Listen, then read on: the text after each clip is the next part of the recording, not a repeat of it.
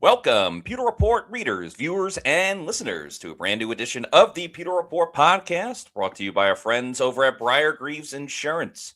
Protecting your assets starts with a company that you can count on. So whether that's auto, homeowners, flood, boaters, or business insurance, there's nobody better in the business to work with than the great people over at Greaves Insurance. For more information about them, visit their website, briargreavesinsurance.com, or you can give them a call at 813-876-4166.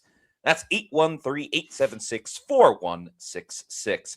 It is a Monday edition of the Pewter Report podcast. Hope you all had a fantastic weekend. Maybe you enjoyed watching that epic Tampa Bay Lightning comeback in the outdoor game that included a goalie fight as they came back and beat the Bruins. Happy Groundhog's Day as well. Looks like we're getting more winter, but to Floridians, not as impactful as some other places. But the big thing we got to talk about today, the news broke last week about the greatest offensive player in Bucs history, Mike Evans. Could he be on the move? Still playing, but not with the Bucs. Would he leave the Bucs? We're going to talk all about that on today's show. I'm your host, Matt Matera. Joined with me is my co-host of the Pewter Report podcast, SR, Scott Reynolds. Hello, Scott. How are we doing? We're doing good. Still trying to defrost from Mobile last week. It was incredibly cold there, and as we saw last night, cold in Tampa too. A perfect night for hockey though, because you got a frozen rink and just about freezing temperatures. Bucs well represented there. It was their house. We saw the Tampa Bay Lightning come out in creamsicle uniforms. Finally got a win in those creamsicles. And the Tampa Bay Lightning have just as many wins at Raymond James Stadium as the Bucs do since December. So yes. Congrats to the Bolts. What a fantastic game that was. Bucs well represented. Baker Mayfield, Tristan Wirfs helped introduce the team, walked them out in those creamsicle uniforms into the stadium as they prepared for the game. And then Rondé Barber was there. Chris Godwin Jr., Tez Johnson made an appearance as well. A lot of Bucs supporting the local team, which was really cool to see. Yeah, and an epic game, shootout win. I mean, it was a fantastic night at Ray J, and glad that the Bucs and Bolts were both kind of sharing the spotlight a little bit. And before we get going on today's podcast, and this is going to be kind of a tough topic to tackle because of Mike Evans and his decision. It's his choice whether he wants to come back or not. Guarantee you the Buccaneers would love to have Mike Evans back, right? There's no doubt about it. There's no ifs, ands, or buts. Jason Licht, Todd Bowles, Zach Robinson, Baker Mayfield, they all want Mike Evans back. But he's a free agent, and he'll have a choice to make, and we'll talk about that in just a moment. But just wanted to send some well wishes and prayers to Bruce Arians, who is going to undergo open heart surgery this week. And he's getting up there, and certainly was a huge instrumental part of this franchise, even though his tenure was brief. Some of the best years in Bucs history, starting with 2019 when he came in and pretty much had everything in place, Matt, except for the quarterback. Tried to get Jameis Winston to live up to his potential, but couldn't stop those interceptions from coming. So we said, you know what? I got a Super Bowl team. Hey, Jason, let's go get this Tom Brady guy. They got Brady. The next year in 2020, they won a Super Bowl. And then the next year, 13-4, that was actually a better team. They won the most games in franchise history, 13 games in a season, and just had some unfortunate injuries and a piece out from Antonio Brown at the end of the season. Didn't have enough to beat the Rams at Ray J in that divisional playoff game. Rams went on to win the Super Bowl. The Bucs couldn't repeat. And after that, you and I were there at the NFL annual meeting in South Florida, where we were expecting to hear from Bruce Arians, and he didn't quite make it to the press conference. He was down there and then decided to leave. And then we found out 2 days later he was going to retire on March 30th, and then the Todd Bowles era began. But certainly wanted to wish Bruce and his family our prayers and our well wishes for successful surgery and a speedy recovery. Yes, absolutely. I echo those sentiments. Wishing all the best for Coach Arians, Bruce Arians, friend of the program. Everybody loves BA. He's one of a kind. And even though he wasn't here for a crazy amount of time, his profound impact on this franchise, winning their second Super Bowl. There's a reason why he's in the Bucs Ring of Honor. Yeah. And, when am I went back and started rewatching some of the Raise the Flags documentary, and Yeah. a fun little brief anecdote in there is when they fired Dirk Cutter, and it wasn't a guarantee that that Bruce Arians was going to be the next head coach, but obviously Right. on the mind of Jason Light, given their history in Arizona, Yeah. and he's thinking like, would Bruce Arians be interested? And then lo and behold, out of the blue, Bruce texted Jason Light Yeah. saying, "Hey brother, just think about me in terms of the head coaching search," and Yeah. that made Jason Light's job a little bit easier. But yes, wishing all the best for Bruce Arians. Hopefully, it's a speedy recovery with his open heart surgery, and hopefully, he can rest up and watch the Super Bowl and enjoy it. And Yeah. we'll get to see him out soon. What do you call that? Great minds think alike, right? Right?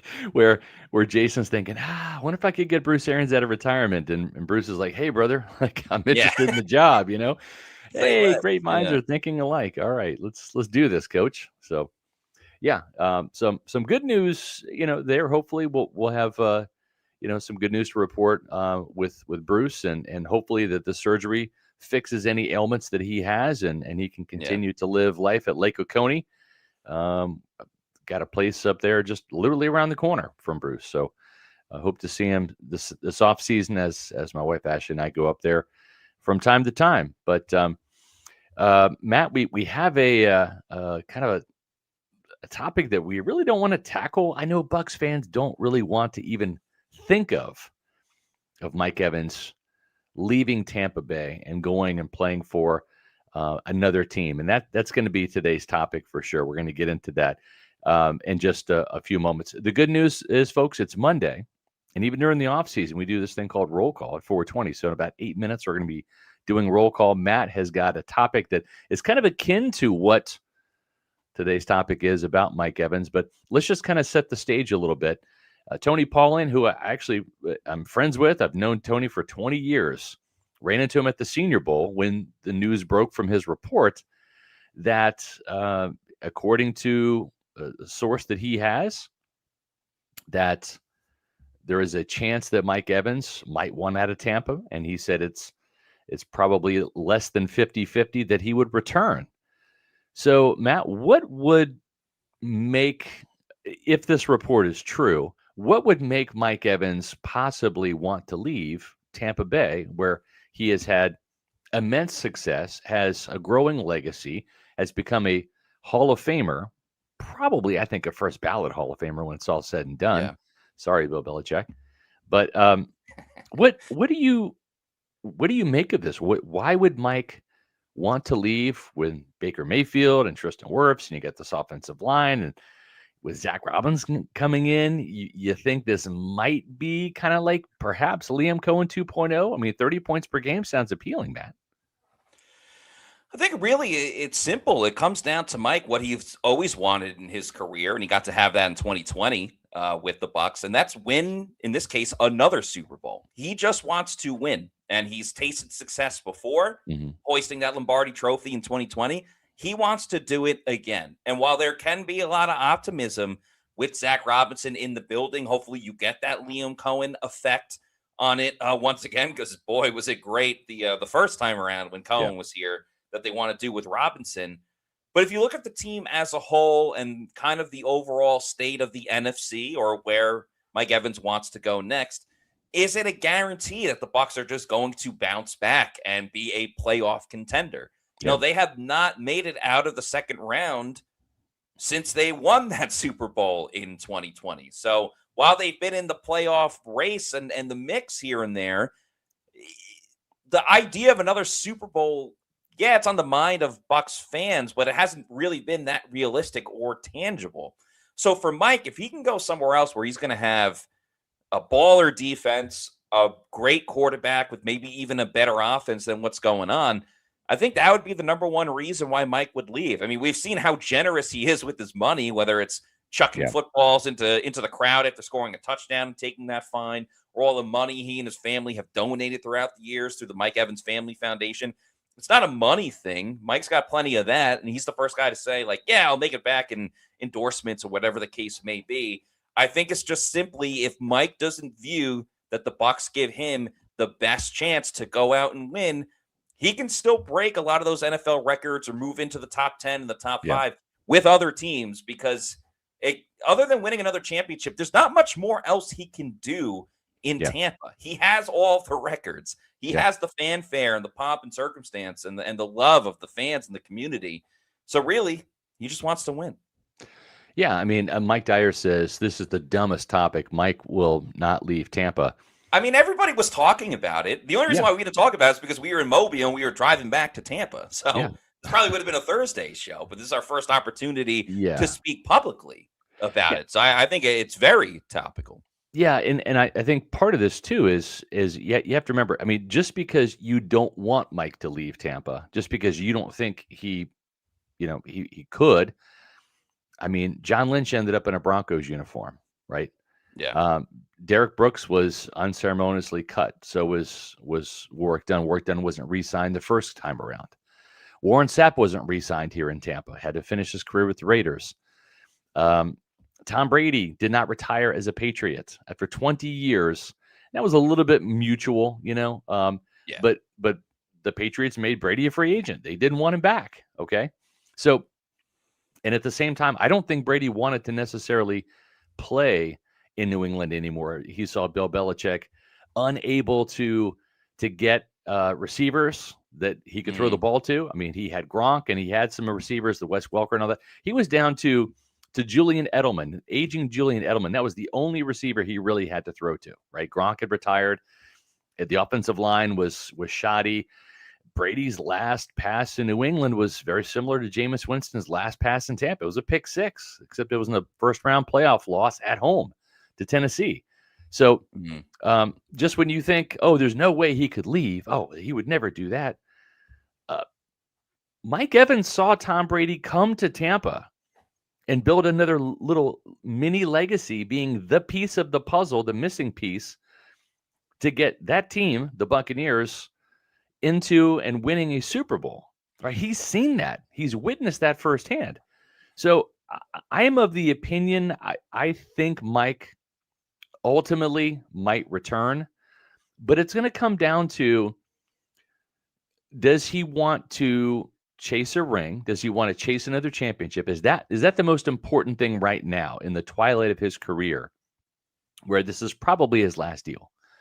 I would suspect he's going to sign a 2-year deal with a team, whether it's Tampa Bay or a test free agency, right? And that would put him, he'll be 33 this August. So his 33rd season, or year 33 season, his 13th year in Tampa Bay. 2 more years, he'll be age 35. Right, probably hangs it up by then. I think Mike's even said, he wants to play in the Olympics and flag football. That's a couple years down the road. That'd be cool. So to me, this is what's more important to Mike. Is it having the legacy of being a wire-to-wire player in red and pewter? And there's only been a couple of guys. I mean, Leroy Selman did it in creamsicles, but Leroy's one of those guys. Granted, an injury prematurely ended his career, right? At the Pro Bowl, hurt his back and all that. Rondé Barber did it, right? Derek Brooks did it, even though the team had to cut him, and then he didn't find a home elsewhere. Mike Allstott played, over a decade in Tampa, had the neck injury. He had to retire, but still a wire-to-wire Buccaneer. There's only a couple of those guys, right? Warren Sapp wasn't one of those guys. Simeon Rice wasn't a wire-to-wire player. He started his career in Arizona and then played a couple more years elsewhere. So is it the chance to win a Super Bowl, to go to a legit Super Bowl contender? Is that more important? Or is it staying here in Tampa and maybe the Bucs get back to the playoffs? Maybe they don't. I don't know. It's going to depend on that. We'll dig more into this topic and what Mike's train of thought might be. And I will say this, it's February 2nd. He might not know right now which way the wind is blowing. He probably has contemplated all these things, right? And I'm sure his agent probably has as well. Derek Gilmore. I spoke to Derek last week. He hasn't talked to Mike. He's not sure what he's thinking. We still have essentially 5 weeks to go before free agency, but we have to remember too, and we'll talk about this on the other side of roll call here, Matt.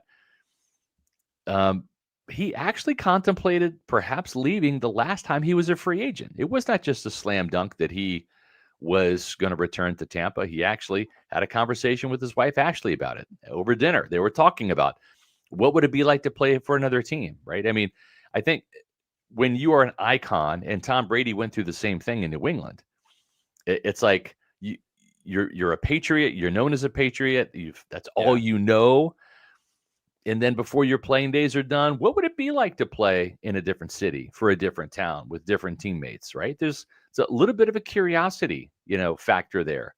And maybe Mike might explore that even more, and maybe he doesn't re-sign with the Buccaneers before free agency starts. Maybe he hits free agency, does a couple tours, maybe goes to Buffalo, hangs out with Josh Allen, sees what that's like, what Joe Brady has in store.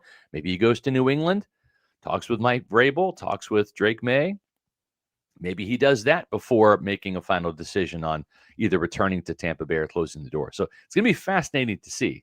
This is going to be the most talked about story in Tampa Bay because he is the number one free agent on their list. And this is going to be a topic that we're starting now, but it's going to continue for probably the next 4 or 5 weeks until we hear more either from Mike or his agent.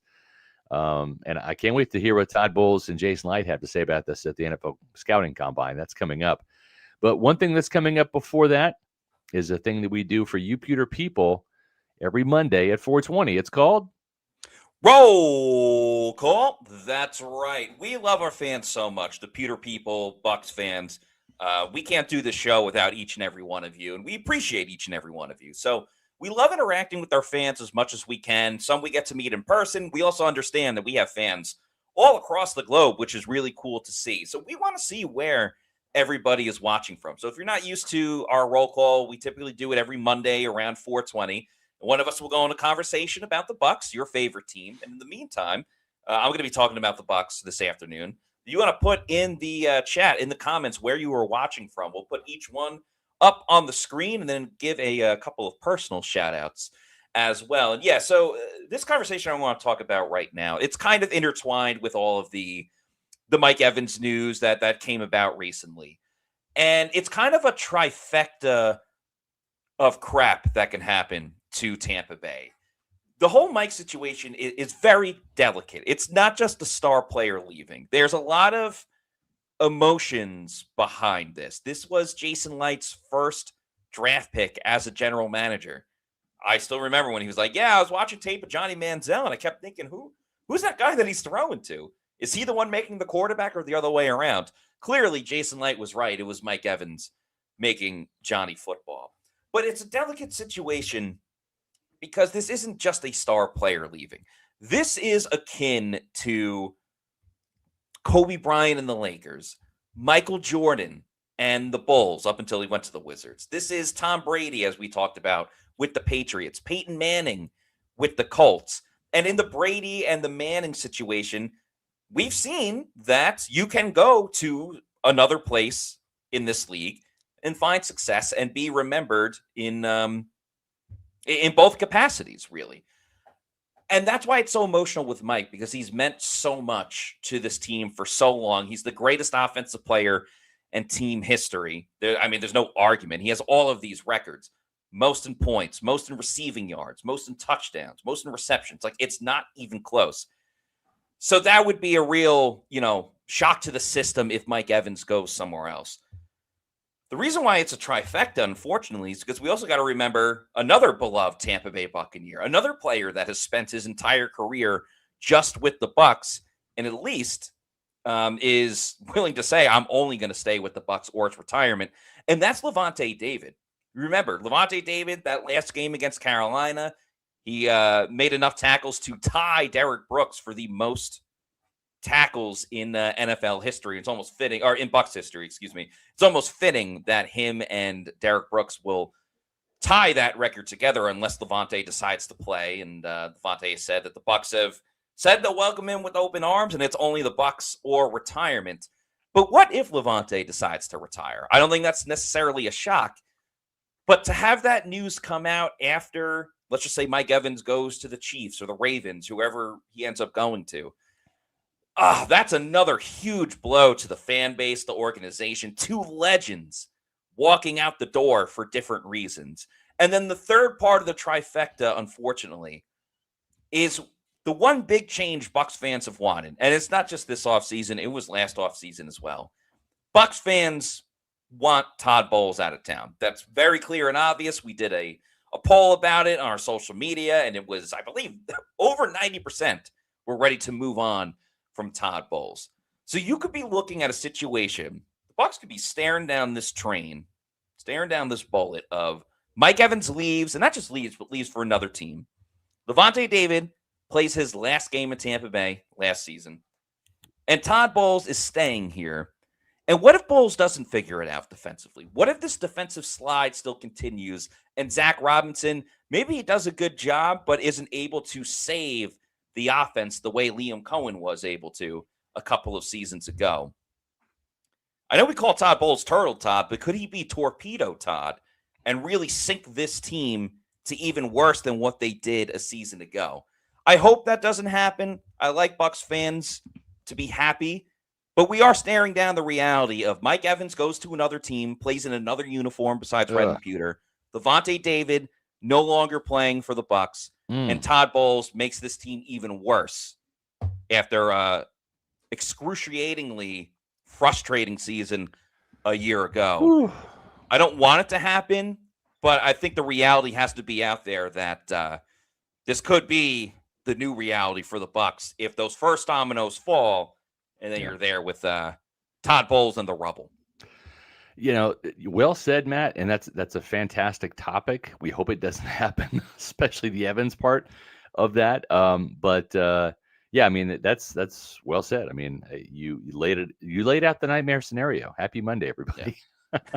Somebody had to do it. Glad Matt did it. But no, I think you hit on like a very real scenario. Like, I remember last year I did a Pewter Pulse video on 3 potential Buccaneer really important people that could be leaving. It was John Spytek, Mike Greenberg, and Liam Cohen. Yeah. 2 out of the 3 left, and Spytek went to the worst situation in football. Liam Cohen helped the Jaguars to their best season in a long time. And Mike Greenberg thankfully stayed. So, we don't always get what we want. And I think I've been around this franchise, for 30 years. And I've seen some bittersweet moments. And I'm not just talking about the loss to the Rams in 1999 or the loss to the Rams in 2001. Damn the Rams, But some icons, some team legends that Sapp did not want to end his career out in Oakland as a Raider. He bleeds red and pewter. He hasn't talked about the Raiders since he left the organization. He's a Buccaneer, and Derek Brooks didn't want to leave, but he didn't end up signing anywhere else. But he was very contentious about that. I remember his press conference. He didn't wear any Bucs gear. He wore like a Nike shirt and mandated the curtain be closed, so there was not a Bucs backdrop when he had his press conference at one Buccaneer place. But it was the most sterile environment there. He was not happy about that.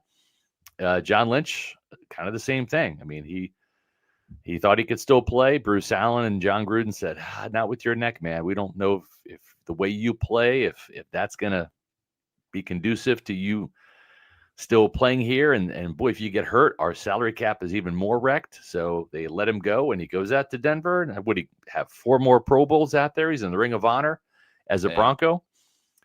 So, you don't always get what you want. And I hope that this is one of those instances where Bucs fans do. I hope that Mike Evans does end up deciding to re-sign here. But you have to understand a couple things. Number one, money's not an option. And Matt, you're so spot on. Mike Evans gives away millions of dollars. Okay. So, he did get contractually the leapfrog over Chris Godwin, right? He's making $26 million per year, where Godwin is not quite at that level. But it's not even really about the status thing at this point. It's about it's about, does he believe in that this team can win a Super Bowl? And I wrote about this on my SRS Fab 5. I dropped that in the chat earlier in the show. So if you haven't read SR's Fab Five on Friday, I dig deep into this topic. Probably not going to be able to hit on all the points in today's show that I did in that column. So make sure you check that out. But one of the things that really kind of that we have to not gloss over, we have to remember that in 2023, which was Mike's last season under contract, right? Then he signed a 2-year deal in the offseason of 2024. And during that offseason, he was looking, and he didn't mention any names, but he told us he was looking around. And the names that were speculated at the time were the Houston Texans, CJ Stroud. The bloom hadn't come off the rose by that time. That was his hometown of Galveston, is nearby Houston. So that made sense.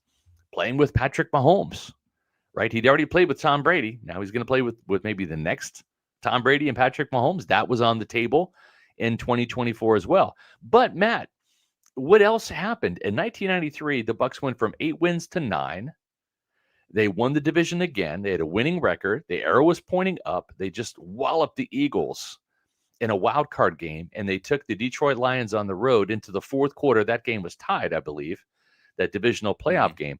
So I'm sure when Mike was looking at this, and granted he was 2 years younger then, so he was 30, going to be 31 at that point in time, he's probably thinking, all right, well, we went to the Super Bowl a couple years ago, right, in 2020, and we didn't really have that downward slope slide because Baker Mayfield arrived to replace Tom Brady. So, Matt, maybe we return to Tampa Bay on a 2-year deal, and we get past the Lions and maybe into the NFC Championship game, maybe a Super Bowl over the next year or two while I'm here. That was the outlook then. It's not as rosy now, is it, Matt? Coming off 8 and 9, and the defense is bottomed out. The offense, is Zach Robinson going to be Liam Cohen 2.0 or just maybe another Josh Grizzard, Dave Canales type? Yeah, and I think a lot of this hinges on Baker Mayfield too. Like, it's obviously, if you're a wide receiver, sure as hell matters who your quarterback is. And while Liam Cohen, yes, absolutely got the best out of Baker Mayfield, what if Zach Robinson's the right play caller, but Baker just doesn't execute the way that he didn't execute last season? So I think for Mike, it's really important to figure out too, if he goes to another team, like, what is his role on this other team? For example, Buffalo, because if he stays with the Bucs, you know what he is. He's your number one receiver. You're going to get a lot of targets. You're the main guy. We all know that. But some of these other teams, is he willing to not be the number one guy? Now, Buffalo, he probably is when you just look at that wide receiver room and what they have. They got a small guy and Khalil Shakir, and Keon Coleman, his own owner, hates him. So as notified by that press conference. Right. So, Buffalo might be the number one spot for him in terms of if he wants to be a number one wide receiver. But some of these other teams out there, like New England, I'm not sure what the contract is with Stephon Diggs, but I don't think Stephon Diggs is just going to automatically be like, you know what, I'll be the number 2 receiver. We'll bring in Mike. I don't necessarily see that.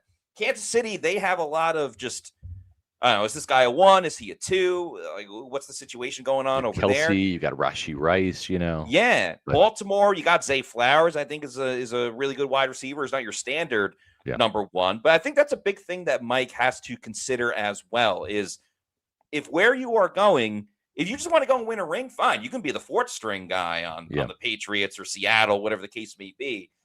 But I still feel like Mike wants kind of to toe that line of being on a winning team, but also being the focal point of being on that winning team. So that's another thing that he's really going to have to ponder over these next couple of weeks. One of the things that I delved into a little bit too, which I found was interesting. Remember, we wrote the story on Pewter Report. We broke the news about Yaya Diaby not really happy with all these walkthrough practices the second half of the season. They had 8 of them during the 9 weeks where they finished 2-7 down the stretch.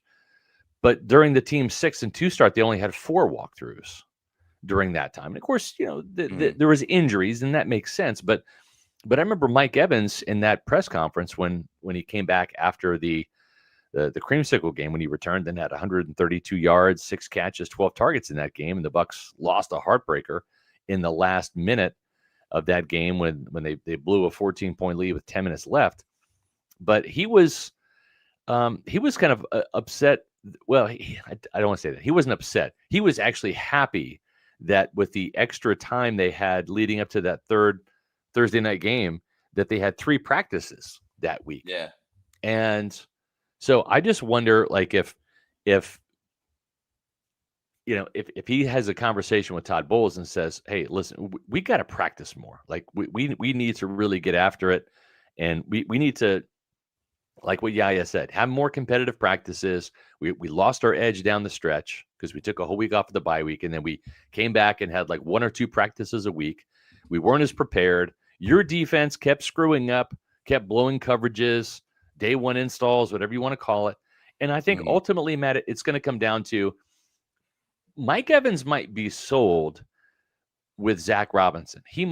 Zach Robinson might say, hey, Mike, just look at Drake London's numbers, man. I mean, he had a 1,200-yard season and 9 touchdowns with me in his first year, and he missed 5 games last year with a knee injury.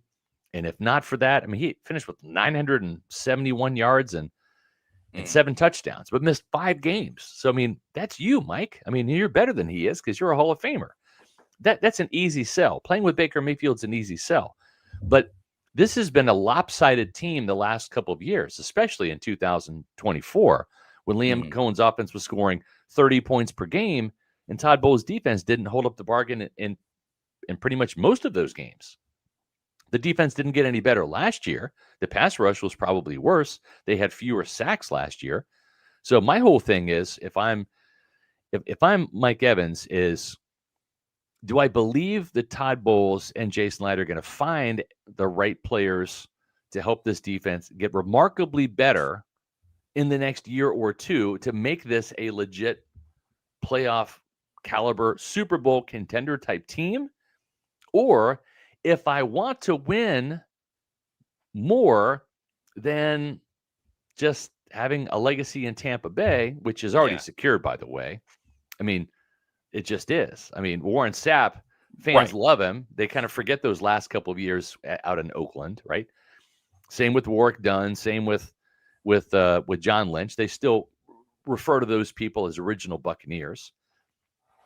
But I think it's going to come down to that. How much trust does Mike Evans have in Todd Bowles to get this defense fixed by the time his year or 2-year deal is up? And I mean, I can't look you fans in the face today and say that this is a playoff caliber team. It's not until this defense gets remarkably better. They're going to have upgrades at the inside linebacker position and outside linebacker positions, with the exception of Yaya Diaby. It's a heavy fix. It's a matter of Jason Light having to essentially be perfect.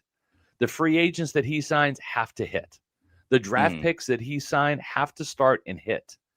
And if he goes, 3 for 3 or 4 for 4, however many players he gets in that front 7, Matt, like they've got to make every pick count, and they've got to have every pick really be legit improvements over what happened last year. There's no question about it. And I'll get to Jason Light in just a second. But it's so difficult in today's day and age, really for any sport, but specifically for the NFL, and specifically even more with wide receivers, where you see one guy play with one team for his entire career. I mean, just looking at some of the greatest receivers of all time, Jerry Rice obviously wasn't just with the 49ers. I think Jerry Rice, T.O., and Randy Moss, if people are saying, like, who's your top 3 receivers of all time, I think those are, like, the first 3 that come to mind. Yeah. Calvin Johnson, for sure, is definitely in that conversation. Calvin Johnson is, like, the one guy that didn't play for another team, besides Larry Fitzgerald with the Cardinals. But, even Tim Brown, Isaac Bruce played for at least 2 different teams. Yep. The only other guys that didn't was Marvin Harrison and Reggie Wayne.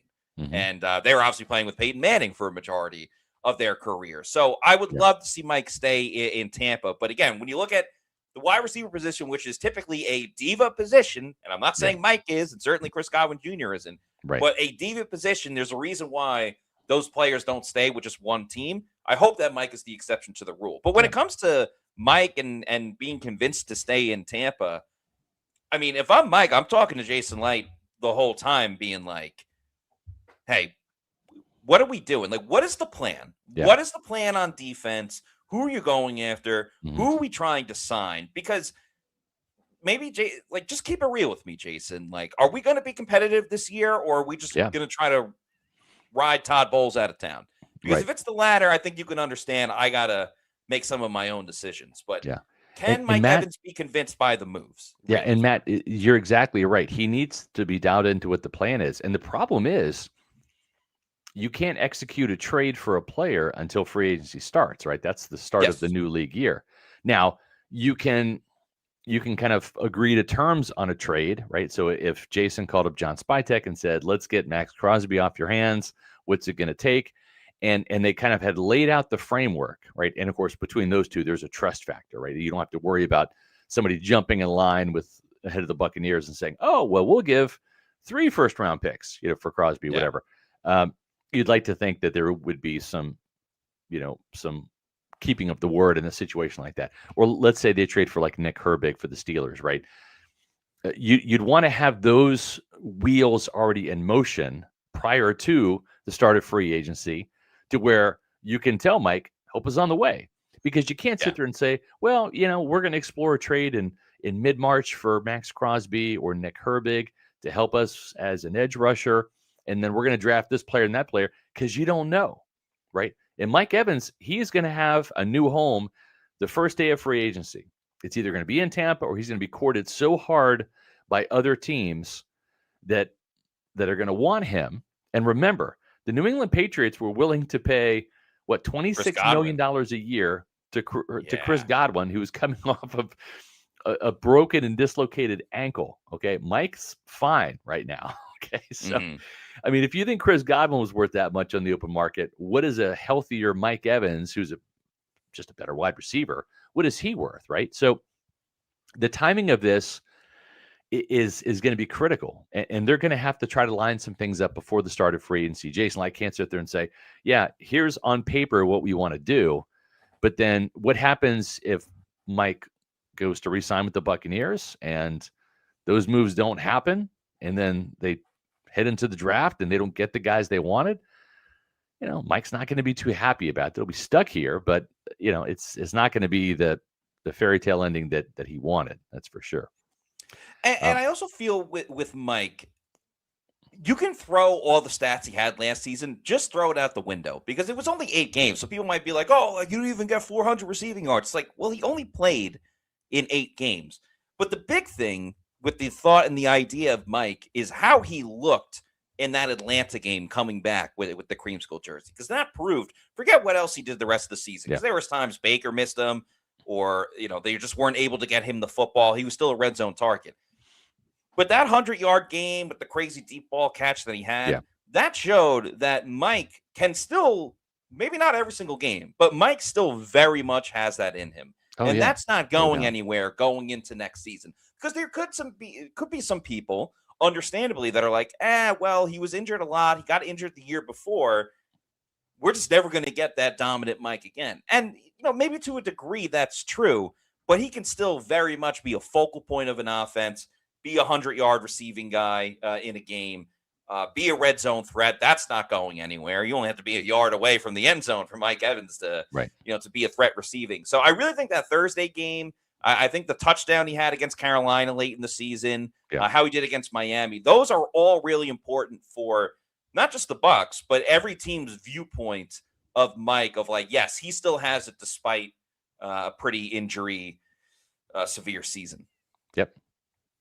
Well, our Bucs fans still have it. The Pewter people still have it, even though it's not football season. We're in the off season now, but it doesn't mean that we don't have fans tuning in. Let me don my spectacles here so I can read these names. Clemson, South Carolina is represented by Old School. Appreciate you chiming in. Maybe it's not Massachusetts. They're from Atlanta, Georgia. Ma Bush, Atlanta, Georgia. Falcon sucks. Stefanski sucks. Go Bucs. I'm actually with you on that. I'm not a fan of Kevin Stefanski going there. 40 degrees in Williston, North Dakota. It's literally almost that cold here in Tampa, up in Wesley Chapel. I feel like it's pretty warm for North Dakota. That probably is like spring is here. Like, let's from hit the T pool. level. Thank you so much for that. He's 0813. He's O. out there in Lakeland. Chilly Lakeland, says Logan Valente. We got Florida represented here today, folks. The Real Maverick currently in Cadiz, Spain for work. I'm sure Wow. that's probably warmer than Florida or pretty much anywhere in this country right now. And I told you Florida was well represented. We got James chiming in from Tampa.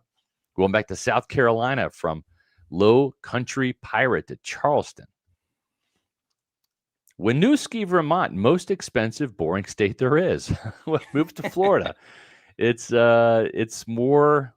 expensive down here, but it's not as boring. And we appreciate you chiming in, Wellesley.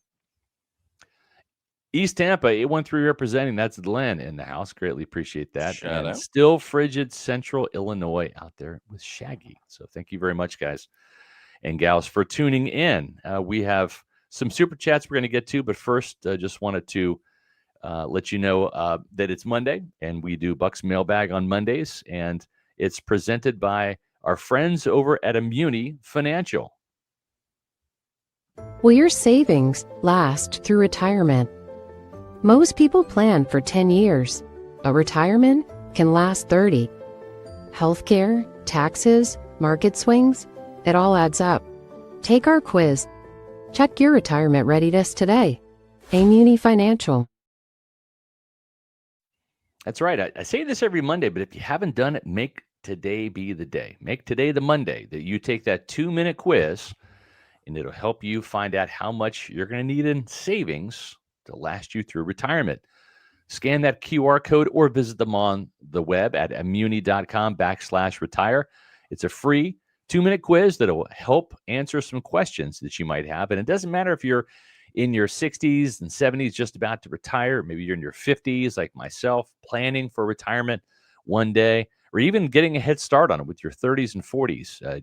This is a quiz anybody can take. You don't have to be an Immuni Financial customer to do so. The good folks over at Immuni Financial would love your business. I have most of my financial investments with Immuni, and I strongly endorse them. But they just want to help people out. That's the type of people they are. So take that 2-minute quiz or visit them on the web at immuni.com/retire. We have some super chats to get to, Matt. Yeah, comments and super chats. First off, Kobe Edgar has now become a Pewter Report YouTube channel member. You. We appreciate that. Thank you. And welcome to Pewter Report TV.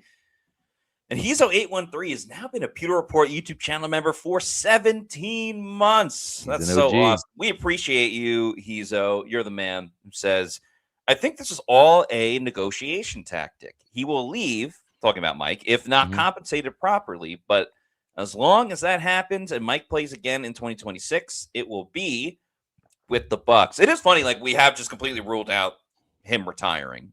Yeah. Like it very much feels like he's going to play. Yeah.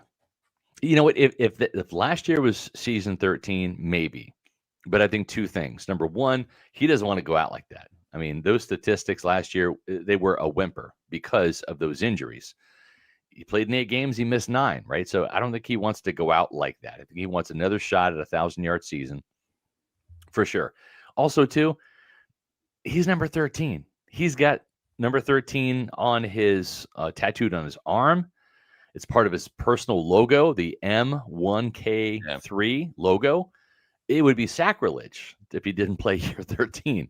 So I'm with you. I don't think he retires at all. I think he plays at least one more season. Hopefully it's in Tampa.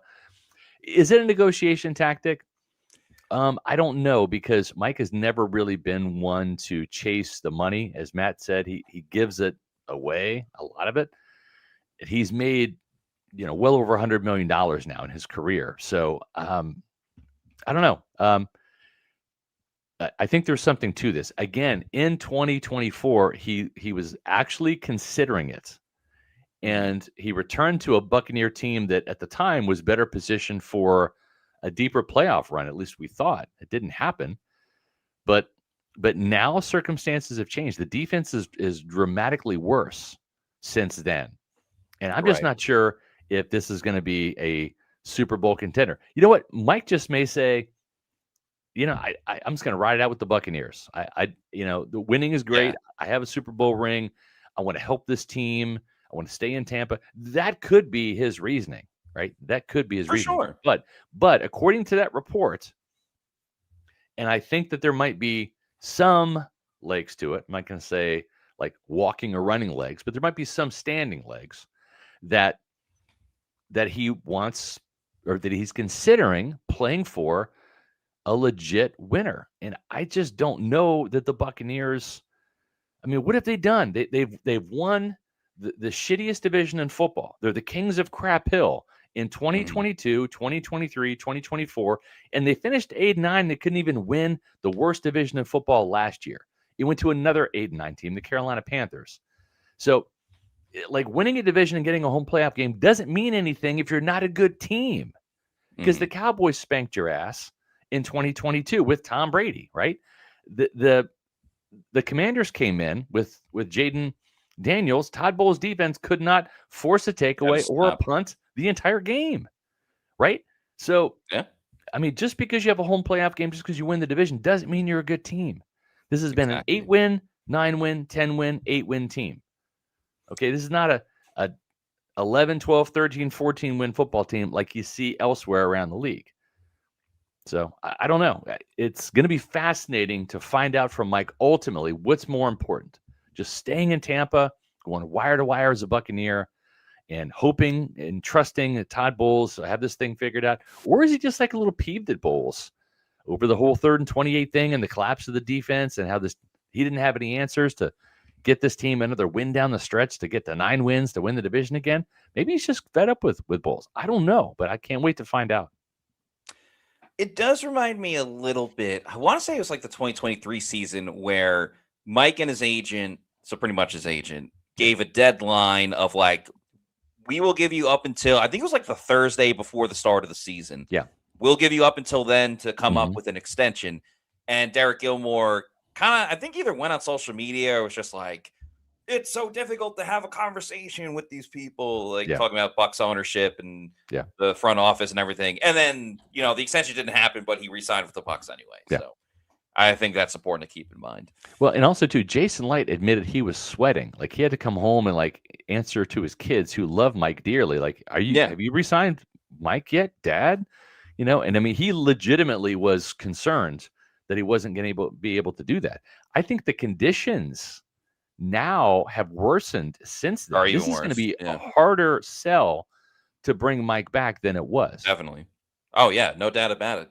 He needs to get Wayne Gretzky in town again, because I believe he told Wayne Gretzky that when they did sign Mike Evans. So. That's right.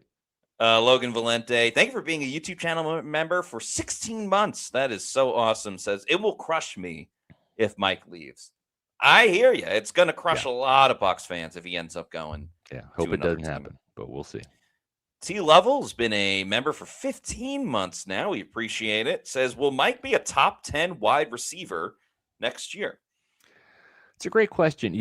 I think if he stays healthy, I think that he can be maybe closer to 10 than 1, obviously. But here's the thing with Mike, where Mike is always going to have some value is as a red zone target, right? Yes. I mean, that was the one area. So it might be a thing where Mike barely gets 1,000 yards again, 76 catches, 1,002 yards or whatever, but 10 to 12 touchdowns, right? And honestly, the touchdowns probably more important than the yards. They got a lot of receivers, Matt, that can get yards. Emeka Buka, Tez Johnson, Chris Godwin, Jalen McMillan. Those are guys that can go up and down the field and get you yards, pick up first downs. Mike is the red zone weapon. He's the guy that Baker Mayfield says, oh, the 6'5" wide receiver on that cornerback. Yeah, money. Like that's where Mike's value is this late in his career. You don't need 150 yards from Mike on a regular basis. You don't need 100 yards. You need 75 yards from Mike in a touchdown. And if he produces that on a regular basis and racks up 10, 12, 13 touchdowns, that's going to help this team win games. I could not agree more, Scott. Is he going to be a top 10 wide receiver like across the board next season? My answer would be no. But 2 seasons ago, he was tied with Tyreek Hill for the touchdown lead, 13. 2 seasons ago, 2024, he was 4th in the league with 11. So even as he's gotten older, he's still been in the top 5 in touchdowns, and that's where he's going to be most important. So receiving touchdowns, yeah, he's absolutely a top 10. It's just a matter of being healthy. And throw last year or this most recent season out the window. Yeah, all the injuries. The Delaney, thank you for the $1.99 super chat, says, what did you guys think about the Todd Bowles rap song? So yeah, we talked about this before. It got brought up like a couple of weeks ago. I had it sent to me after we spoke about it, and I listened to it then. I'm not here to bash Todd Bowles or anything like that. The song is pretty good though. I will. It's witty. It pieces together the lyrics really well. It's a good song. I'm not saying I think we're all in agreement. A lot of us would have moved on from Todd Bowles, myself included. Yeah. I don't want to bash the character of Todd Bowles, but it's a pretty good song. I'll give it that. I think I remember that. Did I have that sent to me? Someone may have emailed it to you. I think someone hit me up on Twitter about it. It's a pretty good song. Can you forward it to me, Matt? I'm looking through my emails right here. I don't have time on the show to do that, but I'm curious. Twitter. I'm curious. Yeah, it might take me a bit because. And as you heard on the ride home, I do have a rap game. I mean, yes, not that I rap, but I mean, I was playing nothing but rap songs and the last hour of our trip to keep us awake as we were driving, like midnight, 1 o'clock back to Tampa from Mobile. While you're looking for that, I'll move on to the next super chat here from the Delaney, who's a Pewter Report TV channel member, $1.90 super chat. Thanks. I'm sorry. Thoughts on Chandler Whitmer, possible quarterbacks coach? He is the quarterbacks coach of Indiana, if I remember correctly, right? He is Fernando Mendoza's quarterbacks coach. Yeah. And I think right now, I think they're trying to determine if the Raiders are going to pick Fernando Mendoza number 1. And if so, maybe he wants to go be the quarterbacks coach of the Raiders with Clint Kubiak. That might be in the works. Maybe that's why he's holding off right now. But I do know the Buccaneers have interviewed him, and I think Zach Robinson would like to have him as the quarterbacks coach in Tampa. So we'll see. We might not know about that until next week after the Super Bowl, which will be this Sunday. Clint Kubiak is expected to be. Is that it? Okay. I think it is. Yeah, I'll send it to you. Okay. All right. Sounds good. Yeah. And anyway, speaking of the big game, if you're looking for a place to watch the big game, I can't call it what because this is an ad read. We don't want to get anybody in trouble with the NFL because they have that big game, the real name of it, trademarked. But the place to go is of course walk-ons, because it's not just the big game that you can watch. You can also watch maybe some Tampa Bay hockey, drop the puck, raise the energy, or maybe some gold medal winter games. The winter sports, big screens, gold medal energy. Watch the winter games at walk-ons. So there's a lot of different sports going on right now that you can go to walk-ons and have some fantastic food at those 3 Tampa Bay area locations: Wesley Chapel, Midtown Tampa, or Lakeland. Remember, folks, get the best happy hour in Tampa. You can eat like a winter, drink like a champ. That happy hour is going on right now till close every Monday. Tuesdays, it's even better. It's all day from open to close. Happy hour all day plus $5 Tito's. You can get $3.99 domestic pints, $5 premium house pour or happy hour wines, $5.49 for the 22-ounce domestic drafts, $4 for the hush puppies or onion ring, $7 for that boom boom shrimp, the spinach and artichoke dip, or the half order of the waffle cheese fries, and $8 get you the boneless wings or the cheeseburger sliders. So make sure you are watching your football and your sports at walk-ons. You're muted, Matt? Love walk-ons. Can't wait to go back there. It's been a little bit since, we were out of town, but yeah. Tons of TVs to watch everything. Mr. King 03, thank you for this $5 super chat, says, can't wait for Jason to not draft the best defensive available player because of alleged character concerns, just to go to Carolina and have 10 plus sacks. Well, I think what they're talking about is actually James Pierce, who went to Atlanta and had the 10 plus sacks. But yeah, I mean, that's I think they still want to iron that man, but I think they're broadening their horizons a little bit. At least that's kind of what I've. Yeah, it's got to be adjusted a little bit. Parking tickets I think should be fine and stuff like that. But yeah, I mean, in the past it was they want Boy Scouts. Now I think they're going to go with like a hooligan weebaloo or something. Maybe a little troublemaker, someone who gets detention in school, but but is not the Boy Scout. So I'm all for it. I think they need some pricks on this team, especially on the defensive side, to be honest. No, I agree.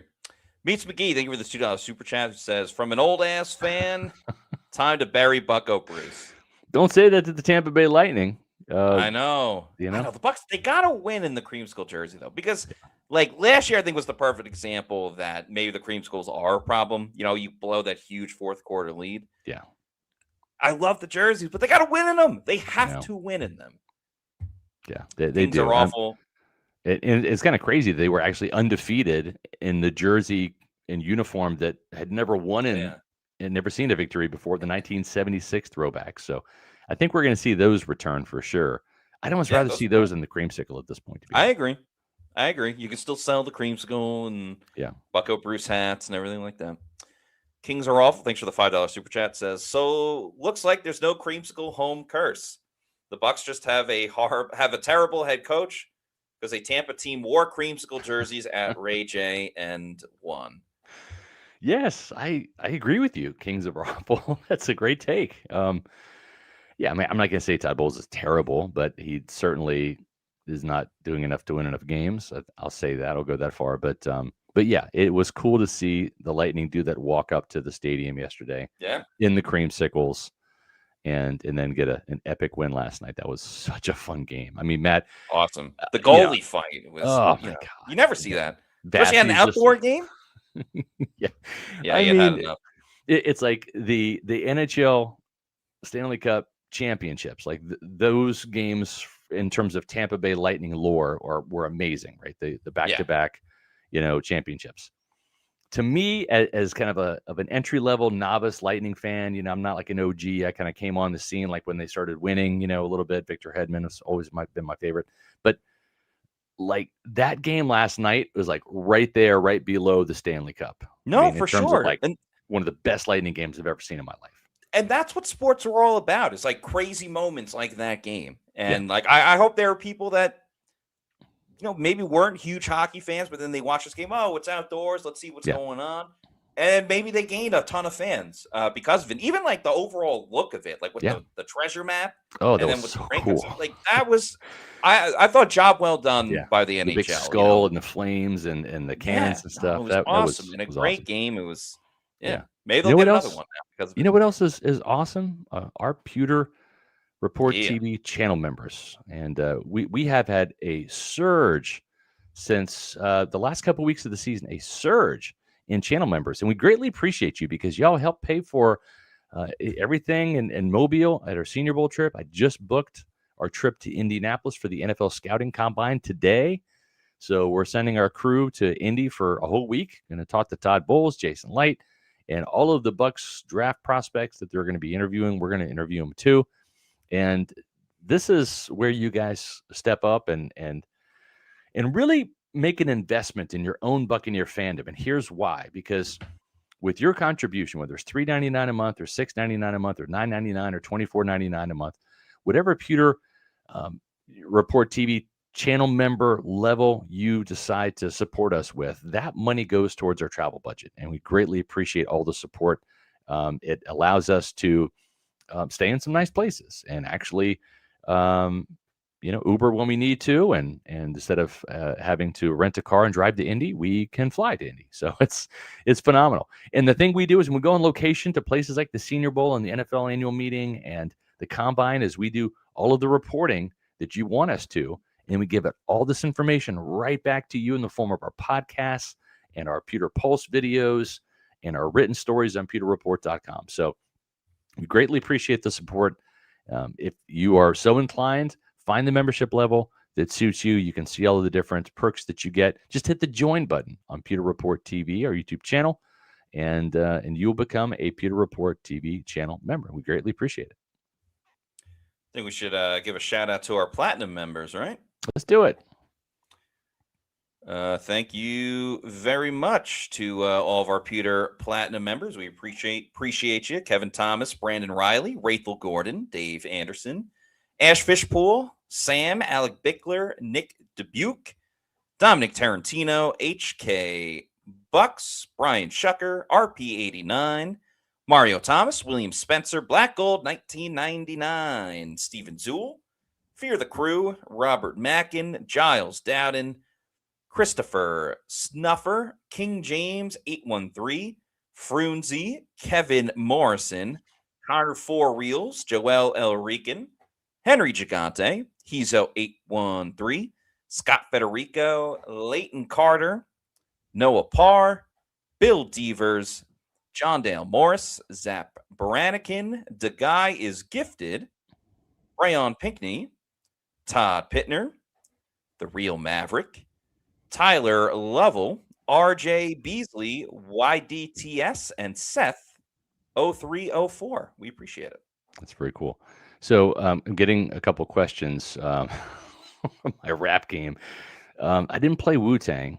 My wife loves Wu-Tang, but I'm not a fan, but Like Wu-Tang. NWA. I played Ice Cube. I had a couple Ice Cube. You played Ice Cube? I did. Public Enemy. Played yes, Public PE. Enemy was the other one. Yeah. I think I played California Love, Dr. Dre. Yep. I don't know, I was kind of delirious, honestly. It was like a 7-hour drive. You and I split it, man. It was like 12:31 in the morning. I was like, I don't know, but yeah, I was giving the fellas what they wanted, and I wanted it too. So. And Kings Are Awful. Thank you for this $5 super chat. Says, if Mike doesn't come back, the hatred for Bowles from this fan base will increase exponentially. Because the last time we heard Mike scream, 3rd and 28. I don't think you're wrong, Kings Are Awful. I think a lot of people will directly blame Todd Bowles if Mike Evans is no longer there. And the Glazers. Because it's their move to keep Todd, and he is a very unpopular coach. That's just a fact.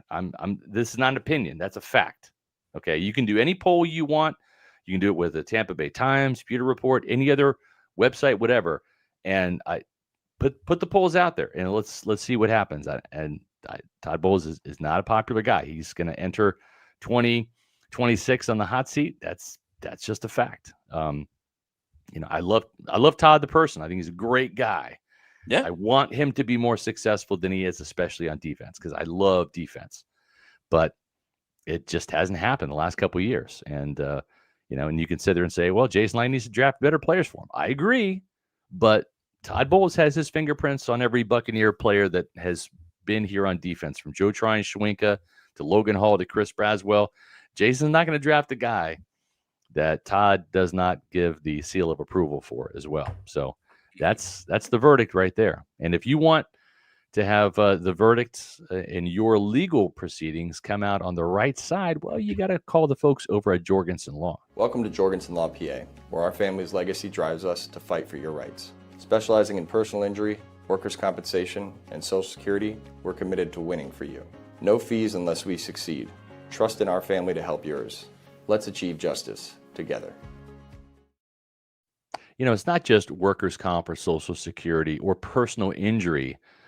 Those are the areas of expertise for Jorgensen Law, but it's the word personal, because you're going to get the personal touch, the personal time that you need with Grady and Spencer and the Jorgensen Law Group, because those are the guys that are representing you. They're not going to pass you off to somebody else in a big, massive law firm. You're going to get the personal touch that you need. They're going to be there for you the entire step, every step of the way. You can get a free case evaluation. It starts there. It doesn't get better than that. Then no fees until they win. I love their confidence. They are the champions of the injured and disabled, with an office in St. Petersburg. Give them a call at 727-347-7733. That's jorgensenlawoffice.com. Matt, the week is just getting started. We have some more shows in store for you tomorrow at 4 o'clock. Matt and I are going to be breaking down how Zach Robinson will help the Bucs. We're going to be talking about that. And our Pewter Report Roundtable kind of coincides with this, because we ask tomorrow on PewterReport.com and the Pewter Report Roundtable, the Pewter reporters will chime in with What is Zach Robinson's first order of business? What's the first thing he needs to do? I love what Josh Capo said in our Pewter Report group chat. He needs to clean his office. So, hopefully it's an empty office. Hopefully Josh Grizzard took everything out of there that he needed and went to Philly as the pass game coordinator. Good for Josh. That's good to see. Yes, happy for him. Yeah, but that's Tuesday's show at 4:00. So be back here tomorrow for that. Wednesday, it's been a topic that Matt and I have been thinking about for weeks now, and we're finally going to get to it. Are the Bucs closer to a reload or a rebuild? Find out what Matt and I have to say on Wednesday's show at 4:00. And then on Thursday, the Bucs must fix several spots on defense, and that'll be the subject. We'll dive deep into those areas and maybe some potential upgrades, and we'll look at maybe who's coming back or maybe who's not to help Todd Bowles fix that defense in 2026 because it needs some fixing. That it does. So stay on the lookout for all of those episodes. You could see when we are going live by following us on all of our social media on X, Facebook, and Instagram. We are at Pewter Report. And our YouTube channel is Pewter Report TV. So please like and subscribe and leave a comment on this video how you feel about Mike Evans, if he's going to come back. Is he going to retire? Dare I say go to another team or anything else you're feeling about the Bucs? We'd love to see how you're feeling about this team. Yep. So also hit the thumbs up button. Yes, make sure you hit the like button. Yeah. Do those things. Leave a comment, hit thumbs up, give us the like, and then also hit the subscribe button. We're on the way to 23,000 subscribers, just a couple hundred away. So thank you so much. We're getting close. So appreciate everybody. We're going to do it all again tomorrow. So until then, for Scott Reynolds, I'm Matt Matera saying thanks everyone for watching, and we'll see you tomorrow at 4 p.m. for another edition of the Pewter Report podcast. Out.